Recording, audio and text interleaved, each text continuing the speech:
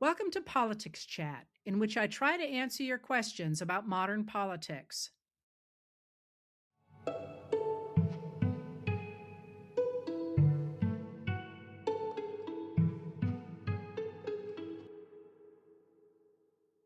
Let me start with some of the questions you asked. First of all, you asked why the USS Abraham Lincoln is running out of supplies. And I thought that was a great question because it obviously is. You've heard stories everywhere, I suspect by now, about the fact that the sailors on the ship many of them are despairing, having been kept out considerably longer than their planned May deployment and living in really quite poor conditions with very little food. And I thought that was a very good question. Why wasn't the ship resupplied? And the answer to that appears to be that in the initial wave of Iranian attacks in response to the American and Israeli attacks on February 28th, one of the things that was hit was the Navy's major resupply port in Bahrain. And so resupplying ships that are now in the Middle East is a significantly harder thing than it was before that hit. So it is all part of the Iran disaster that's going on with Trump these days. So that's the answer to that question that you asked. Another one is somebody asked why on earth the polls were so badly off between Hong and Crowley, and can we trust polls and so on. And this is an absolutely bizarre story today out of the Los Angeles Times. And it appears that the polling for Hong and Crowley was like from another race as well, part of a deliberate attempt of group to see if they could infiltrate polling with really poisonous numbers. That is, there was no backing at all. They just made that up. And so that seems like now it has been exposed, and that with luck, we won't see things like that again. But absolutely be nervous about what you say in the polls. There are reputable pollsters, and you can watch them and have faith in them. People like G. Elliott Morris of Strength and Numbers, but there are others as well. I do want to just sort of do a little bit of a dive here. This idea of playing with popular perceptions of things is something very familiar to people who work in my field in the publishing industry, because some of the outlets will say books are not available when they are, to see if people will go ahead and still order a book they want if it's not in stock. They mess around with publication dates. They move numbers up and down just to test the market, and it drives us bonkers because, of course, that's your work that's out there. And I feel the same way about this fake polling. They clearly wanted to figure something out, but we were all guinea pigs in their experiment, and that doesn't seem quite fair to me. That was one of the other questions you asked. People also asked, what is the issue with Natalie Harp? And this is really interesting. Natalie Harp is a 35-year-old former announcer for the One American News, which was even farther right than the Fox News channel, who has been a fixture by President Trump for more than a year now.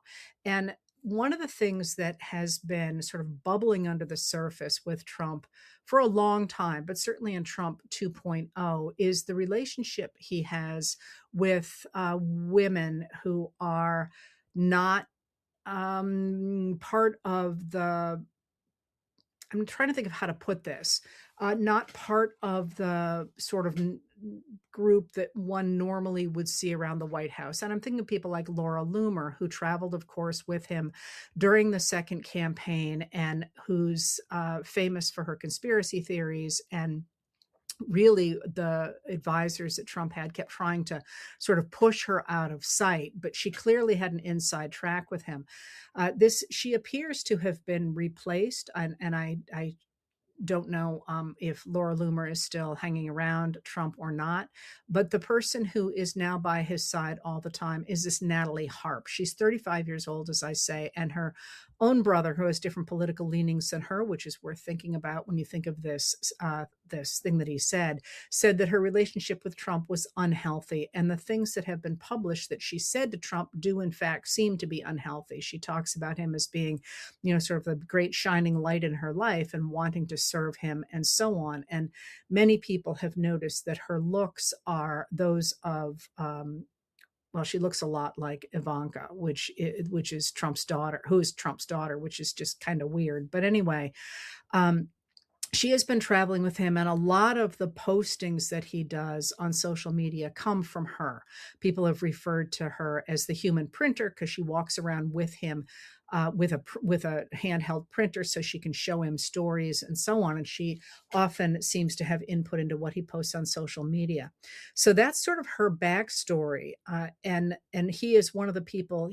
She is one of the people he took with him when he got off the decoy airplane and went to another airplane. He took his loyalists rather than taking cabinet officers, for example, and she was one of the loyalists he took with him.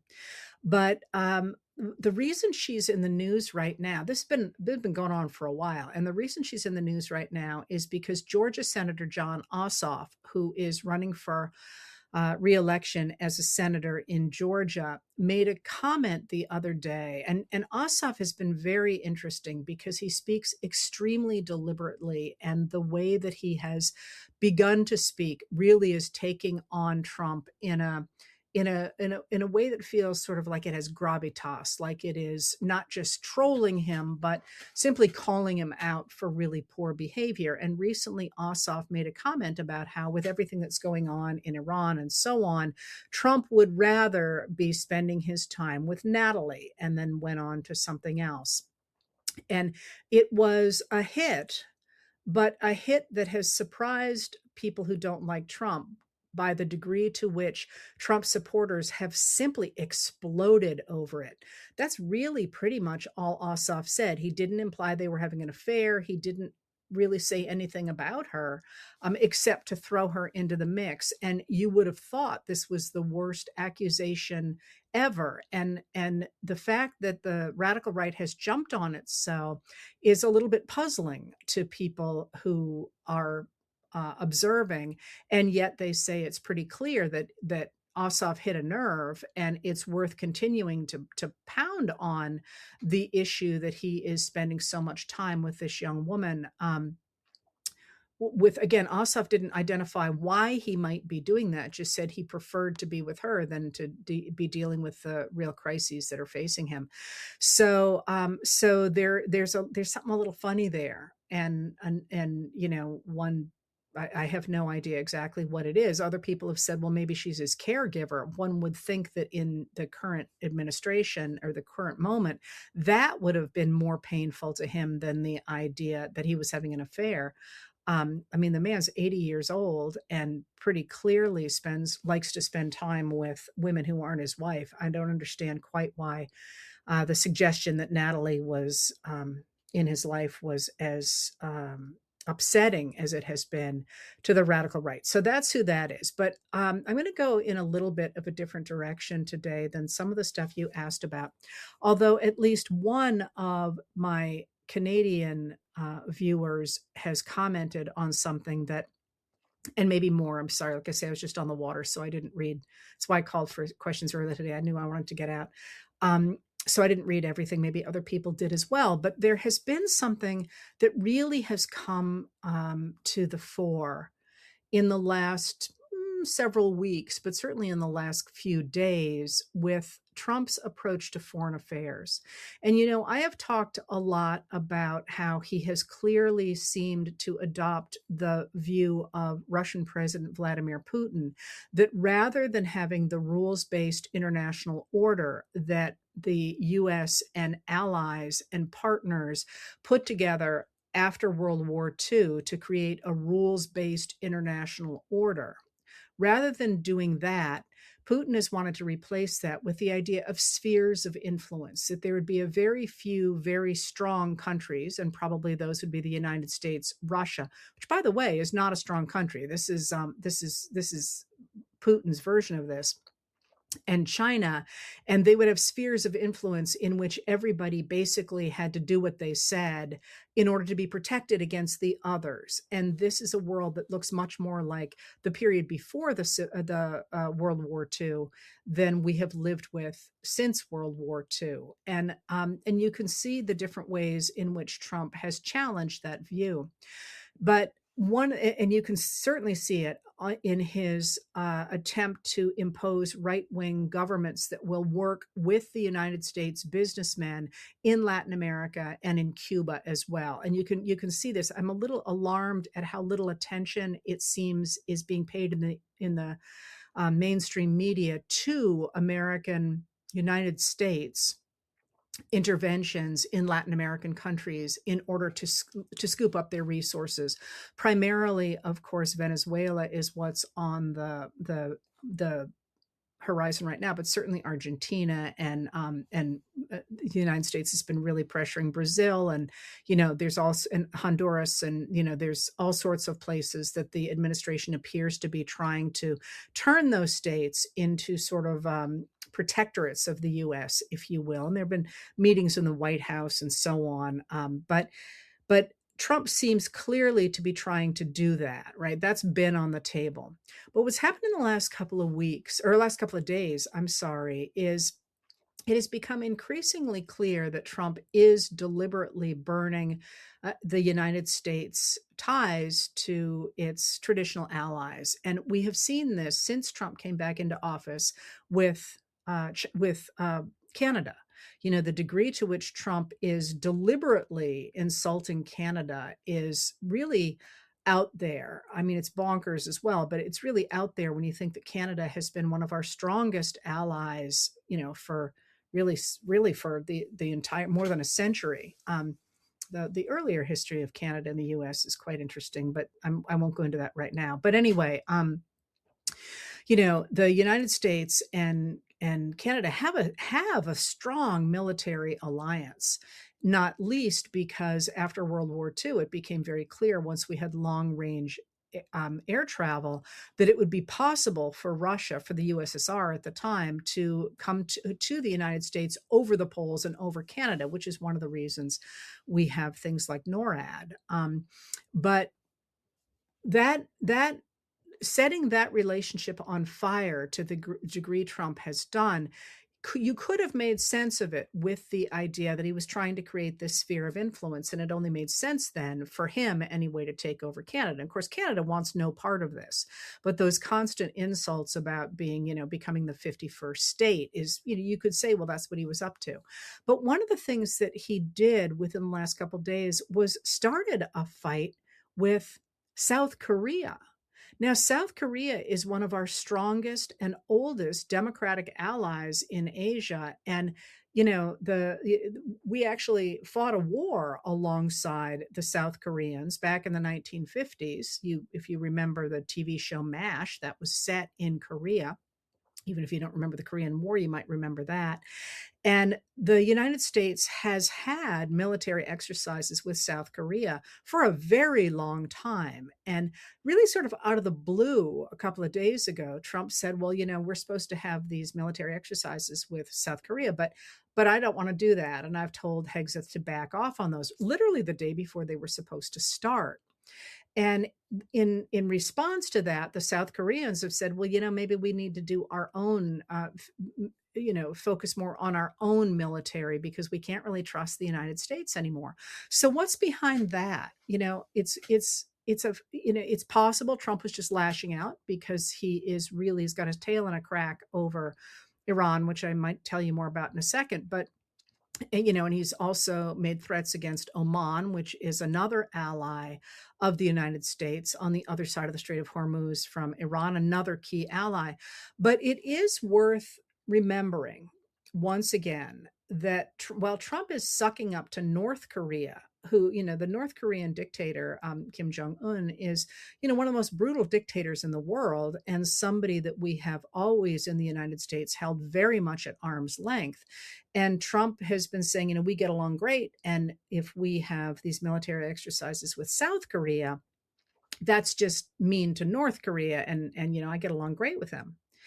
And It is worth remembering in this moment that North Korea has just is in the process of sending 50,000 troops to Russia to back Russia's war against Ukraine,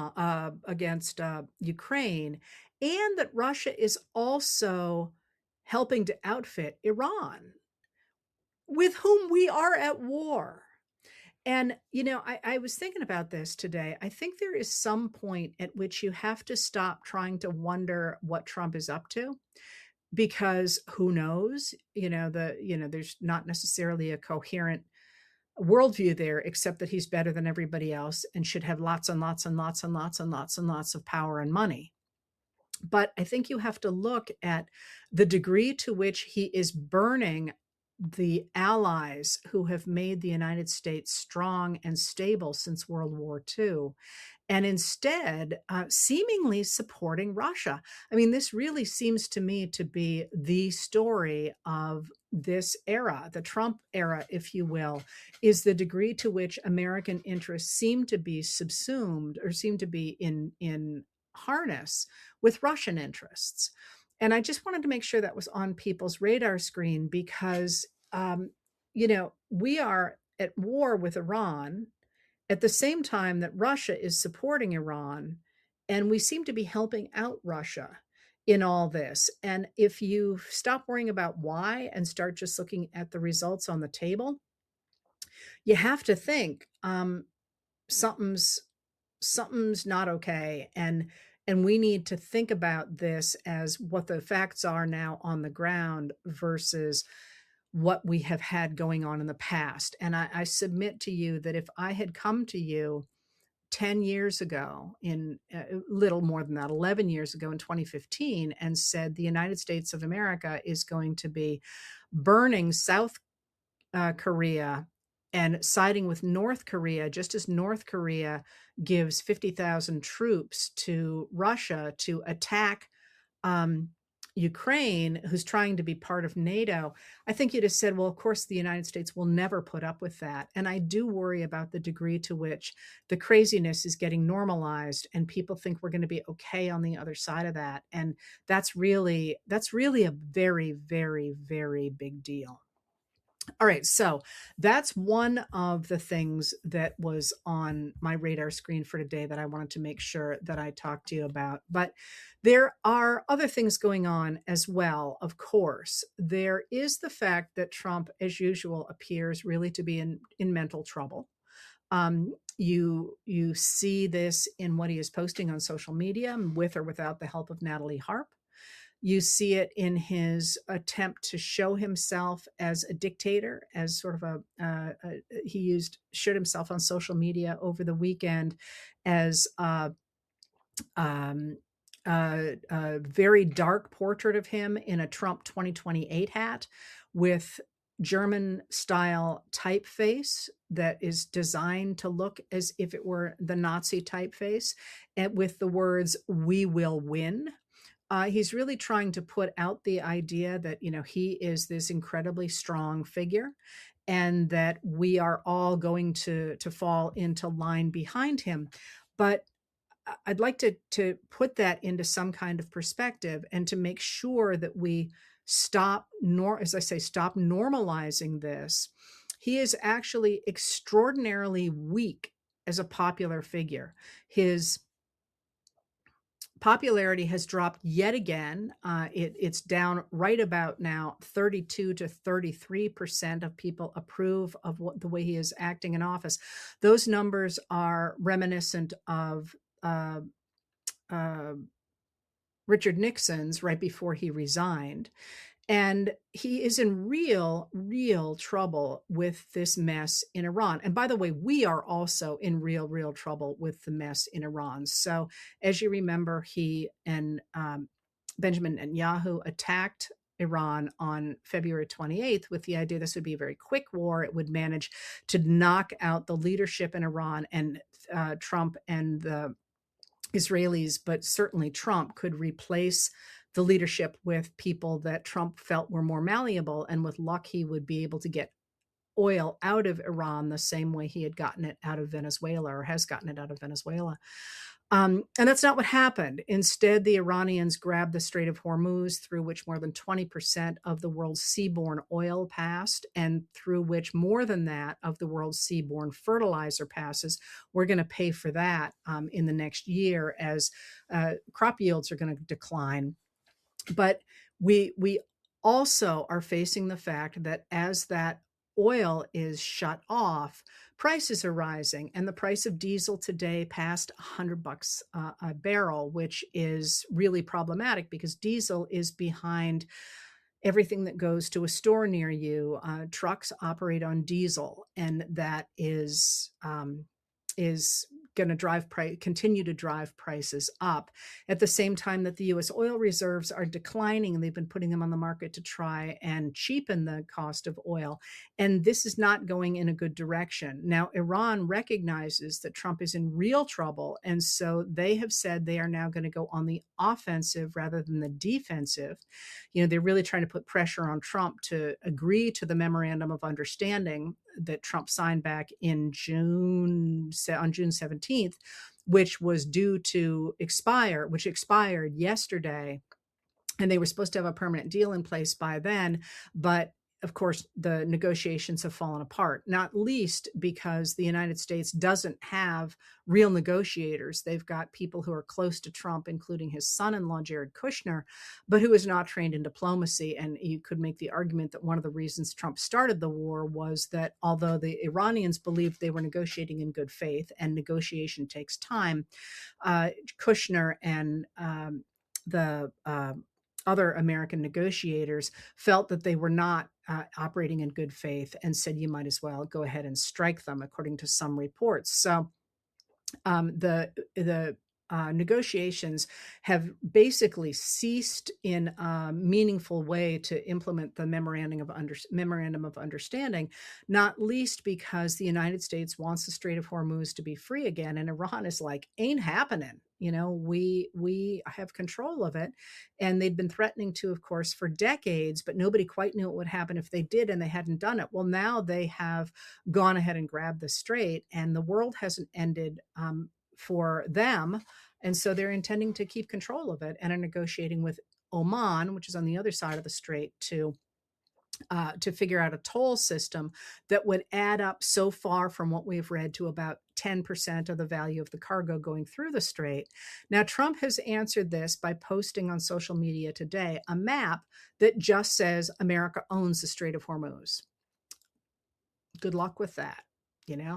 I could publish a map right now that says I own France, and that and $5 will get me a cup of coffee. So that is out there, and the Iranians have said that unless Trump returns to the table, somewhat reversing positions here, they will go on offense. And it is worth pointing out that the Houthis in Yemen, who are backed by Iran, have actually fired on Saudi ships traversing or that are near the Bab el-Mandeb Strait, which is another choke point for oil and for goods coming around the world. And that's a real biggie. If you close the Strait of Hormuz, and you should look at a map, by the way, and the Bab el-Mandeb Strait, then we're really up the creek without a barrel. Now, let me give you a positive view of this, though, before I go back to the negative. And that is, the only possible answer to any of this, as far as I'm concerned, is developing renewable energy, which is precisely what the rest of the world is doing at top speed right now, because the minute we don't need that oil any longer is the minute that we don't really have to worry about who controls the Strait of Hormuz or the Bab el-Mandeb Strait. So for those of us who are concerned about climate change, in a funny way, this is the kind of shock to the system it appeared we needed. But in the short term, it means that the Trump administration is desperate for a way out of Iran and retaining control over the Strait of Hormuz. And, I this is this is impossible to see how to happen. I mean, it looks as if they tried with the memorandum of understanding to throw a lot of money at Iran so that they would leave the strait open, and yet the they sort of gave up all their bargaining chips ahead of the game, and the Iranians haven't agreed to it. So we'll see where all this goes, but that's a huge problem. And a lot of you have asked, what about Marjorie Taylor Greene, the former representative of Georgia, who posted on social media, I believe it was yesterday, that people are discussing with Trump using nuclear weapons to force Iran into submitting to them. And let me be clear about that. One of the things that Trump 1.0 did was he began the development of tactical nuclear weapons. The idea that one could have nuclear weapons that were not the equivalent of Hiroshima or Nagasaki, but that could be used in more tactical ways. And this is something, by the way, that Barry Goldwater called for in 1964, and why they had those buttons. The Goldwater people said, "In your heart, you know he's right," and the anti-Coldwater people responded with buttons say, "In your guts, you know he's nuts." And as you know, in 64, the anti-Goldwater people got just a super majority in Congress, because everybody thought the idea of using nuclear weapons, even tactically, was bonkers. And this became a thing in Americans rejecting that. Well, Trump and his people decided they would go ahead and develop them, and they have been developed now. So he does have that option. But I actually asked some people about this yesterday, and people I trust who do security studies, and they said that, first of all, they really don't think, as much as they think the people around Trump are completely unreliable, that they would agree to using tactical nuclear weapons. And maybe even more important, there is no one place that would work for that sort of thing. There's no real target in Iran that would make that worth doing. So when I asked, the answer that I got was universally, that's not going to happen. And they might be talking about it, although Marjorie Taylor Greene is hardly a reliable narrator. But that's not something that according to these people, I was worried about it too. And according to these people, this was, and these are sober, reasonable thinkers on this. There's no reason to think that that's actually going to happen, which I found very comforting. I hope they're right. So he's got that problem as well. But before we go further on that, I want to just call out something here. And that's that Trump's popularity is this low because he is hemorrhaging support in every single demographic, and all the ones that he nailed together to win election in 2024, including, of course, now the military, who is not happy about his dismissal of the concerns of the families of the sailors who were on not only the USS Lincoln, but also the USS Boxer. And then it turned out there was another ship as well, in which the sailors have been operated for 4 days with no power over the course of the summer. And, that is deeply problematic for Trump. And one of the reasons that I think you are going to see him trying to grab more power before the election, which I'll get to in just a second. But let's just not forget here, one of the things that worries me a lot is that I can feel how unsettled everybody is, and I can feel how unsettled the news is. We're ping-ponging all over the place. I think I used that term last week as well. And people are frightened because you can't tell where the ground is under your feet. And one of the reasons, if you read me, you'll know I've been really stepping back into history again and again to remind people that we do have things we can hold on to. We do have principles. We do know things existed, and we do understand how things happen. Same thing with the 250 to 250 videos. Those are real. Like, there are things you can hang on to. And I mention that because one of the reasons we're ping ponging and getting all these stories is because this administration is a freaking disaster. What it reminds me overwhelmingly of is the Hoover administration, which was elected in 1928 in a landslide, took office in 29 in March of 29, because remember, it's not until FDR that we get a January inauguration.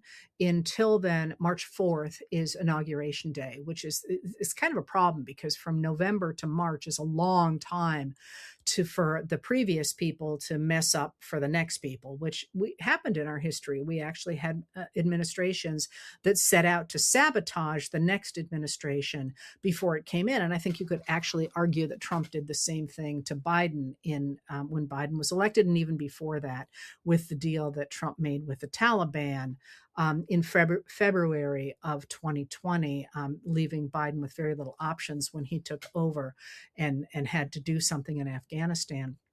But so we've had administrations that do that. But when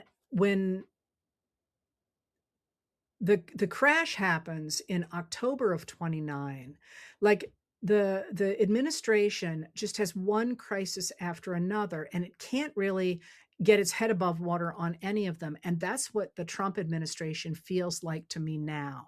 And you think about the stuff that's happening, and mind you, a lot of this is Trump's fault, but a lot of it is simply that we are finally paying attention and calling out the incredibly corrupt things that have been going on in our society now for quite a while. And what I mean by that is one of the things, of course, that the Trump administration did is it tried to slash the federal government. And again, just to be really clear here, the actual size of the federal government is, well, before Trump got in office the second time, was virtually the same size it was in the early 1960s, despite the fact the population has increased dramatically. Okay, listen to what I just said there. The size of the federal government was about the same size in 1962, 1963 as it was when Trump took office. So this idea that the federal government was way too huge is wrong, right? It was smaller than our comparable nations and the whole thing. What grew in that period, what grew in that period were contractors, primarily military contractors. And so when people were all upset about the size of the federal government and all that, they were really not seeing the real issue, which was the degree to which, since the 1980s, the United States has farmed out its public needs to contractors who make significantly more money than civil servants. So part of what we are seeing, as I say, is Trump's fault, but part of it is the corruption that's been all along. But in going after the federal government when Trump came into office, the way DOJ did, for example, it cut a lot of services that we need. And one of the things that has really jumped off the charts over the course of the summer is food contamination. And when you're thinking about why we need a healthy government, making sure you can eat lettuce is right up there, or jalapeno peppers is right up there, right?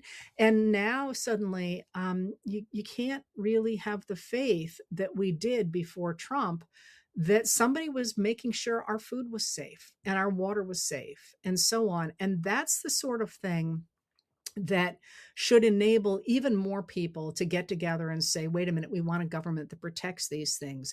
At least it has been historically.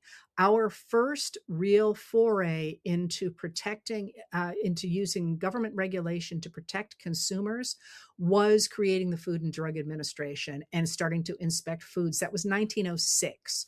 That was actually after the publication of Sinclair Lewis's The Jungle, which was supposed to be about getting rid of capitalism and instating socialism around the country. But what most people took from it was the really, truly terrible scenes of what they were putting into the food vats in a sausage making processing plant, including a worker falling into one of them. You should read that book if you haven't. Sinclair Lewis is most famous, of course. And I always think of it somewhat fondly because I tried to teach it once with the stomach flu, and a hand went up in the back of the room, and someone said, "Professor, could you just skip over this part because you're turning green?" And always think of that when I think of that book.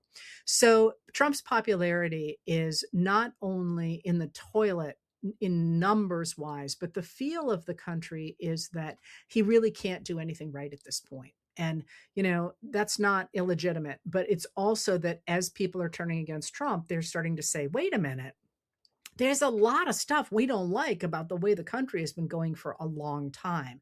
And that sort of thing usually marks a sea change. And I think you can see that that's exactly what Trump is afraid of and what many Republicans are afraid of by the degree to which they are trying to steal this election. Now, you've all asked about that, and I will talk more and more and more about this as the election gets nearer.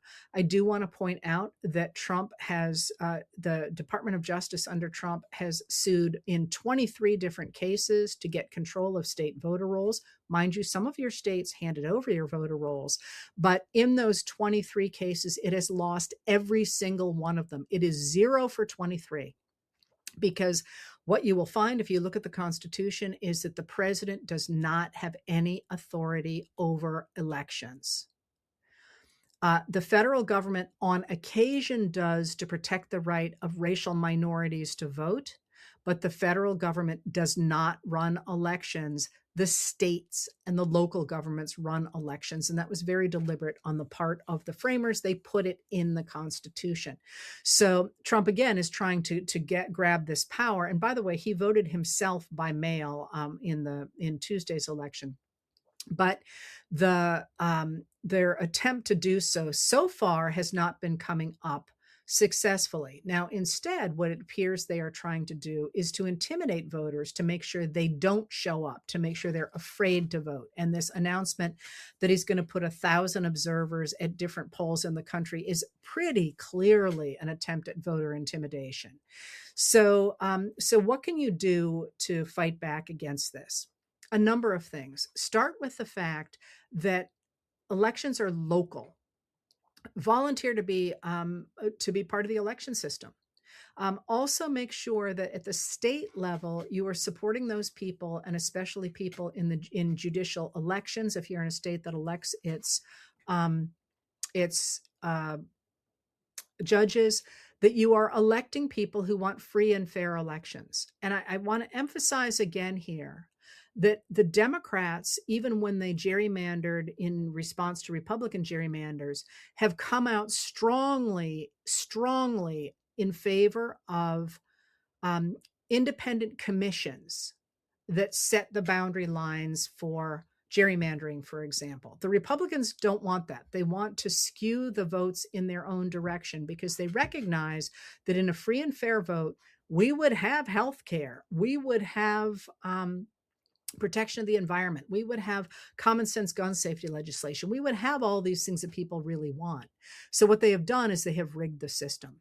So you can work at your state level to protect the idea of free and fair maps, for example, and of equal access to the ballot boxes. Now, one of the ways that you can make it hard for people to vote is take away ballot boxes in districts that you think will not vote for you, so that, for example, you can make it really, really, really easy to vote in a Republican dominated suburb, and then only put 2 voting machines in an inner city. And that's the sort of crap that we see all the time.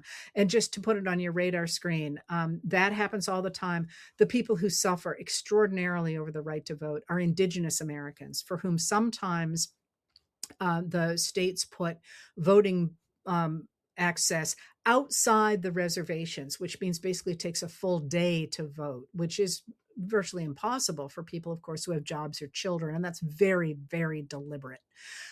So you can fight those sorts of rules. You can also support the organizations that are in the fight.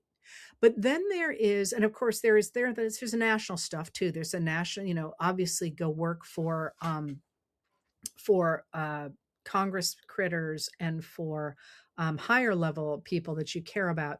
But as Ben Wickler, the former chair of the Democratic Party in Wisconsin, points out, there is an election in every district in this country for the midterms, and there isn't a state in this country that doesn't have a contested um, district where you could flip a seat toward, again, at this point, toward the Democrats, because they're the ones who are trying to protect free and fair maps.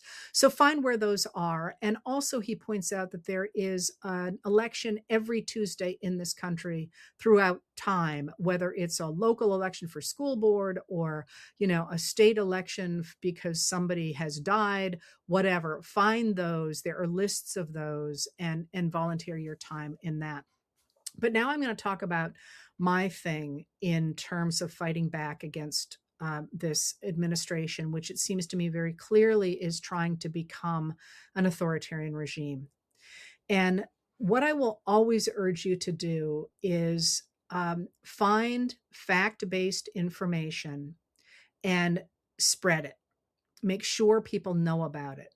I was really surprised, not surprised, but unhappy a couple of days ago when I saw a clip from podcaster Joe Rogan, the very influential podcaster, who seemed shocked to hear that Trump was charging up to $100,000 a month for early access to his tweets that are moving markets. This is classic insider trading. It's been challenged legally, but he is doing it. And Rogan was like, oh, he can't be doing that. It's not real. Yes, it is. He is doing it.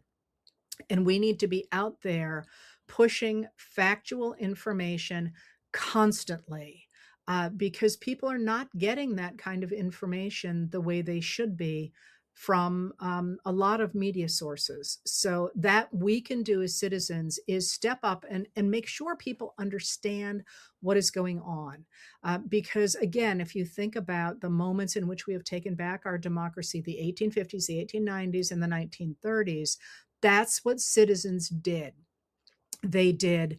In the 1850s, we got the rise of all kinds of new newspapers. That's when we get the New York Daily Tribune, for example, and the Chicago Tribune, and you get the reorienting of the New York Times, which had actually started in 1851, and you get the reorienting of the Philadelphia Daily Bulletin. You get the Daily Alta California, by the way, which is new in that period. All newspapers making sure that the elite Southern enslavers were not determining what people read. And in the 1890s, you get the rise of what were known as alliance newspapers that sadly, most of which don't exist any longer because they were sort of ephemeral. They came and went and nobody bothered to save them, breaking my heart because in South Dakota, which was really the heartbeat of them, not a single one of them exists or did the last time I checked. They literally sort of ran off their own hand printed explanations of how tariffs worked and how railroads were taking kickbacks and how the finances worked. And people who thought they weren't interested in politics or blamed themselves for not doing well got interested and said, wait a minute, this isn't right. This isn't fair. And that's where we get the start of the progressive movement. And you get that getting picked up in places like the McClure's magazine, which you probably have heard of. Teddy Roosevelt complained that it was full of muck rakers, like from John Bunyan's Pilgrim's Progress, the people who just dig through the muck for bad stories. But what they were doing is the same thing you see nowadays in our stories. They're exposing corruption and saying this is not the way things should be. So we need people like that. And then, of course, we saw the same thing in the 1930s with people having meetings and coming together and saying, hey, are you aware of what's going on? But the key here is it must be fact-based. And you're often seeing crap that is against Trump as well as all the crap that's for him. So try and make sure you're spreading good information. And on that front, by the way, if you follow me or if you read me, you can do that for free. You do not have to pay me. You can just go look at my Substack. You don't even have to sign up for it being email to you. You can just go to it at heathercoxrichardson at .substack.com, and you don't have to give your name or number or anything. You can just read it every day. But crucially, it's got footnotes, so you can figure out where that information is coming from, and you can know that it's solid information. And there are a bunch of people like me out there doing the same thing. Scott McFarland of McFarland News is terrific. He does something every morning telling you what stories he's watching. He's rock solid. He's not the only one. There are individuals in states doing great work, and I actually should do a whole list of these people. But spread solid, good information so that people understand that, in fact, for example, Trump has pocketed more than 2.2 billion with a B dollars in Trump 2.0. And that, this whole idea that somehow he's not taking a salary, which, by the way, I have never seen confirmed, is ridiculous, when in fact what he's doing is he has turned the presidency into a funnel of money into his own pocket. So on that note, I'm gonna let you go. I will. I'm telling you, I'm writing this book, which is just totally eye opening. But and I can't wait to share it, which isn't going to be for a while, but it's been very exciting. But I do, when I come up for air, I look around and I get that it just looks crazy out there, and it is. That's partly by design, but I implore you to hold clear to the guardrails of your community, of your values, of the people that have inspired you. Those things are all real. And they are, if you can't deal with the craziness around you, remember those things and hang on to those things and try and reinforce them, because there will come a time on the other side of this craziness when we're going to need to reach back down and pick back up those guardrails. And those of you, and I hope of us, who are keeping those principles alive, keeping those guardrails alive, reminding people that we want the rule of law, that we are stronger when we have allies, that we are strongest when we support each other in the United States of America, so that we are working together, helping everybody achieve, whatever they want in their lives, and that we are strongest when we make allies with people around the world like that. Those guardrails and those principles will be so important to have articulated and to have out there when we can finally turn away from the craziness and say, what do we want to rebuild? And I will be writing in the next several days about how people are looking for ways to rebuild and some of the great ideas they have. And I hope that you find inspiration in that to participate in those principles yourself and in those movements yourself, because it's time. It's time for us to fight the craziness of Trump 2.0 by demanding better, because we deserve better, and our government is set up to give us better. We've just let it be hijacked by people who are out for themselves and not for, we the people. So let's take that back.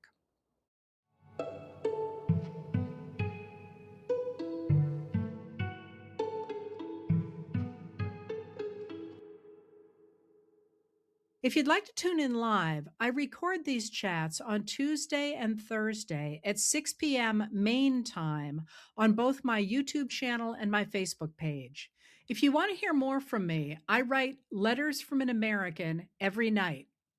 It's available on Substack and on Facebook, and the audio version of the nightly letter is available the following day wherever you get your podcasts. And finally, on Saturday mornings, I talk with Dr. Joanne Freeman, the historian of the early republic, professor, and dear friend, about history and politics. We call our talks What the Heck Just Happened, and you can find them on YouTube. Politics Chat is produced by Lauren Westfall, music by Andrea Von Kampen.